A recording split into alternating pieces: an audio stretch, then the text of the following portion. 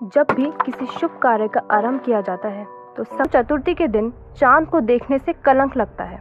और सबसे ज्यादा रहस्यमय गणपति का एक ऐसा रूप जिसके बारे में केवल 1% लोग ही जानते हैं। इन सभी सवालों का जवाब आज हम लेकर आए हैं आपके लिए। ये बातें जानना हमारे लिए ज़रूरी है, क्योंकि जिन चीज़ों पे हमें बचपन से भरोसा है, जो पैटर्न हम हमेशा से फॉलो करते आ रहे हैं, उसके पीछे की साइंस ना पता होना तो अपने आप में एक समस्या है। तो आइए साथ मिलकर इन सभी रहस्यों से पर्दा उठाते हैं।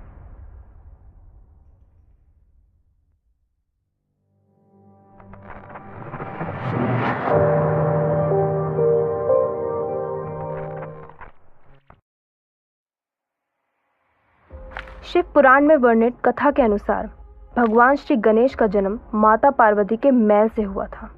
ऐसा माना जाता है कि एक बार माता पार्वती स्नान करने जा रही थीं, तो उन्होंने नंदी जी को द्वार पर पहरेदारी करने को कहा ताकि कोई भी अंदर ना आ सके। कुछ देर बाद ही भगवान शिव वहां आ पहुंचे और उन्होंने नंदी को वहां खड़ा पाया। भोलेनाथ के प्रति अपनी वफादारी के कारण नंदी जी उन्हें अंदर जाने से नहीं रोक पाए। इस घटना से देवी पार्वती ने मन ही मन ठान लिया कि जिस तरह नंदी जी भगवान शिव के प्रति वफादार हैं, ठीक उसी तरह उन्हें भी कोई ऐसा चाहिए जो उनके प्रति वफादार रहे।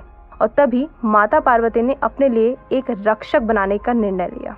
कहा जाता है कि माता पार्वती ने अपने शरीर पर हल्दी का उपटन लगाया,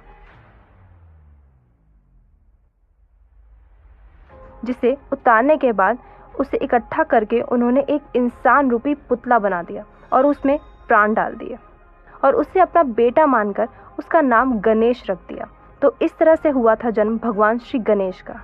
परंतु जब ये सब हुआ, उस समय भगवान शिव कैलाश पर उपस्थित नहीं थे। इसलिए माता पार्वती ने गणेश जी को आदेश दिया कि उन्हें घर की पहरेदारी करनी होगी, क्योंकि वे स्नान करने जा रही हैं। गणेश जी को ये आदेश मिला था कि जब तक माता पार्वती स्नान कर रही हो, घर के अंदर कोई ना आ पाए। तभी कुछ देर बाद शिव जी घर लौटे तो गणेश जी ने उन्हें अपने ही घर में प्रवेश करने से मना कर दिया। भगवान शिव द्वारा बहुत समझाने के बाद भी गणेश जी नहीं मानते, जिस वजह से शिव जी क्रोध में आकर अपने त्रिशूल से गणेश जी के सर को धड़ से अलग कर देते हैं। माता पार्वती को जब गणेश जी के इस हाल के बारे में पता चला तो वे बहुत दुखी हो गईं और विलाप करने लगी, जिससे तीनों लोकों में हाहाकार मच गया और उन्होंने पूरी सृष्टि का विनाश करने की धमकी दी। शिव जी ने माता पार्वती के दुख को दूर करने के लिए गणेश जी को जीवित करने का फैसला लिया और अपने गणों से कहा कि उत्तर दिशा में जाओ और जो सबसे पहला सर दिखे उसे ले आना। उनके गण ऐसा ही करते हैं और उन्हें उत्तर दिशा में पहला सर इंद्र के हाथी इरावत का दिखता है और उसे वो ले आते हैं, जिसे भगवान शिव गणेश जी के धड़ से जोड़ देते हैं, जिसके बाद गणेश जी को गजानन नाम से भी जाना जाने लगा।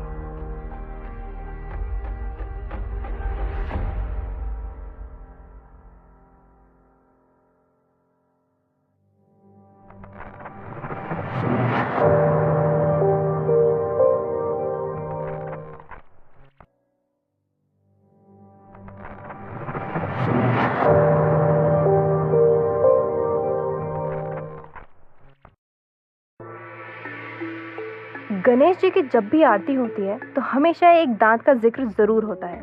पर क्या आप गणेश जी के एक दांत के पीछे की कहानी जानते हैं? क्या आपको पता है उन्हें एक दंत क्यों कहा जाता है? इसके पीछे 2 प्रसिद्ध कहानियां जुड़ी हैं। पहली कहानी भगवान परशुराम और गणेश जी के बीच के युद्ध की है। ब्रह्माव्रत पुराण के अनुसार भगवान परशुराम एक बार कैलाश पर्वत पर गए, जहाँ शिव जी का ध्यान कर रहे थे, और वहां जाकर परशुराम जी ने शिव जी से मिलने की इच्छा जाहिर करी। लेकिन गणेश जी ने भगवान परशुराम को शिव जी से मिलने की अनुमति नहीं दी ताकि उनका ध्यान भंग ना हो। गणेश जी द्वारा मना करने पर परशुराम जी बहुत गुस्सा हो गए और उन्होंने गुस्से में आकर गणेश जी पर हमला करने के लिए अपने फरसे का इस्तेमाल किया, जो स्वयं भगवान शिव ने उन्हें दिया था। अपने पिता द्वारा दिए गए हथियार की शक्ति का सम्मान रखने के लिए गणेश जी अपने 2 दांत में से एक दांत पर हमला ले लेते हैं, जिस वजह से उनका एक दांत टूटकर गिर जाता है। और इस घटना के बाद से गणेश जी को एक दंत कहा जाने लगा। और दूसरी कहानी है महाभारत की कथा लिखने की। आप सभी ये तो जानते होंगे कि महाभारत के रचयिता ऋषि वेद व्यास जी हैं, लेकिन फिर भी गणेश जी को महाभारत का मूल लेखक माना जाता है। महान ऋषि वेद व्यास ने महसूस किया कि गणेश जी महाभारत को समझने योग्य हैं। इसलिए उन्होंने गणेश जी को पूरी महाभारत सुनाई और उसे लिखने का अनुरोध गणेश जी से किया। गणेश जी उनकी बात मान गए, लेकिन उन्होंने एक शर्त रखी कि वह महाभारत लिखते हुए एक क्षण भी नहीं रुकेंगे। कहा जाता है कि महाभारत को लिखते लिखते जब बीच में पंख वाला कलम टूट गया तो गणेश जी ने अपने एक दांत तोड़ लिया और बाकी महाभारत लिखने के लिए उसका इस्तेमाल किया। ये भी एक वजह है कि उन्हें एक दंत कहा जाता है।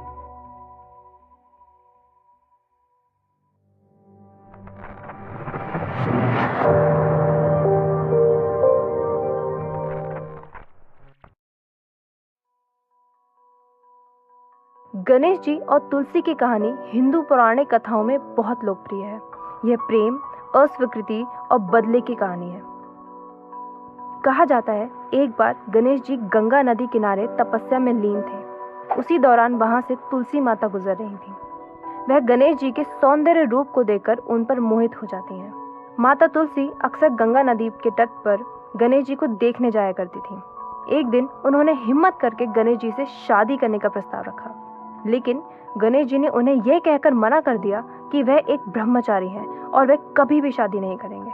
तुलसी जी सुनकर क्रोधित हो गईं और गणेश जी को श्राप दे दिया कि वह जल्दी ही दो विवाह करेंगे। ये सुनते ही गणेश जी ने भी गुस्से में आकर तुलसी देवी को श्राप दे दिया कि वो सदा के लिए एक पौधा बनकर रह जाएंगे और कभी भी उनकी पूजा में तुलसी का प्रयोग नहीं किया जाएगा। गणेश जी का दिया हुआ ये श्राप सच हुआ और तुलसी जी एक पौधा बन गई और आज भी गणेश जी की पूजा में तुलसी का प्रयोग नहीं किया जाता।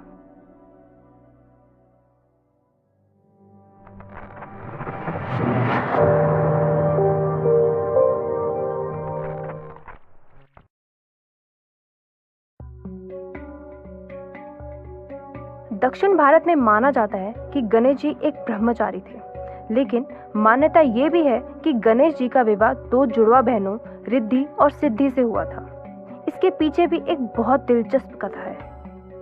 जैसे कि हमने आपको बताया कि तुलसी देवी ने गणेश जी को श्राप दिया था कि वो कभी भी ब्रह्मचारी नहीं रहेंगे और उनके दो विवाह होंगे।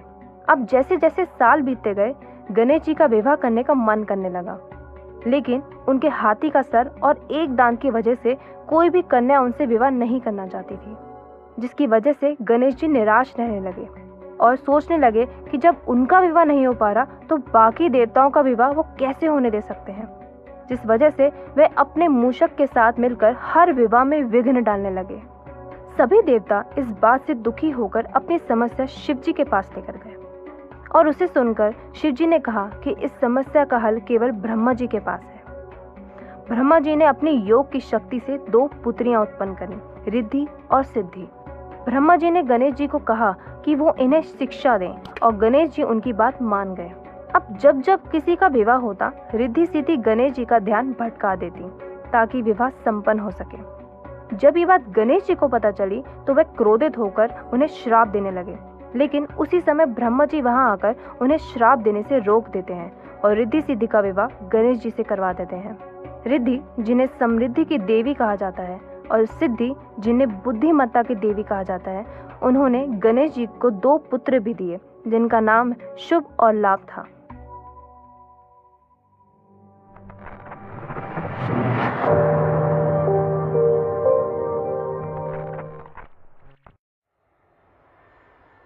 भारत के पश्चिम बंगाल में एक लोकप्रिय मान्यता है कि गणेश जी ने केले के पेड़ से शादी करी थी। कहानी यह है कि एक दिन माता पार्वती काफी सारा भोजन खा रही थी। ये देख गणेश जी ने उनसे पूछा कि वह इतना भोजन क्यों खा रही हैं। गणेश जी के इस सवाल के उत्तर में माता पार्वती ने कहा कि उन्हें यह डर है कि कहीं गणेश जी की पत्नी ने उन्हें खाना नहीं दिया तो। ये सुनकर गणेश जी नाराज हो गए और जाकर एक केले के पेड़ को काटकर माता पार्वती के पास ले आए और कहा, ये लीजिए माँ, ये आपकी बहू है और ये कभी भी आपको भूखा नहीं रहने देगी। आज भी पश्चिम बंगाल में दुर्गा पूजा के दौरान केले के पेड़ को एक साड़ी में सजाकर गणेश जी की दाईं ओर उनकी पत्नी के स्वरूप में रखा जाता है।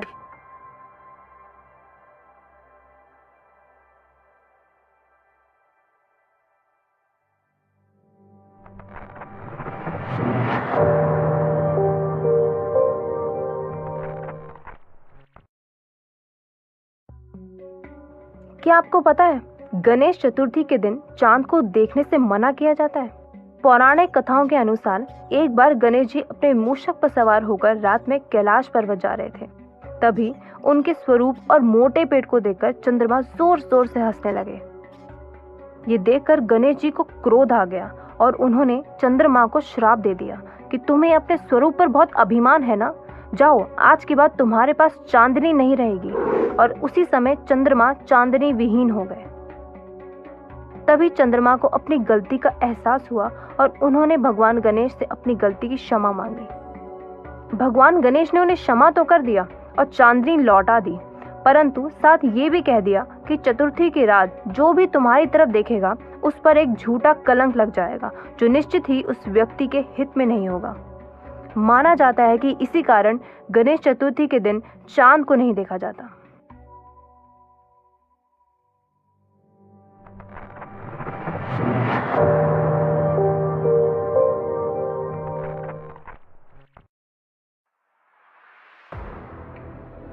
गणपति का नटखट, प्यारा और दयालु अवतार तो हम सभी ने देखा है, पर गणेश जी का एक ऐसा रूप भी है जो बहुत ही कम लोग जानते हैं और वो है अघोर गणपति का रूप, जो कि गणेश जी के 32 रूपों में से एक है। ये गणपति का एक उग्र रूप है जिन्हें अक्सर तांत्रिक साधकों द्वारा पूजा जाता है। कई पौराणिक कथाओं में बताया गया है कि अघोर गणपति का रंग लाल या गहरे रंग का है।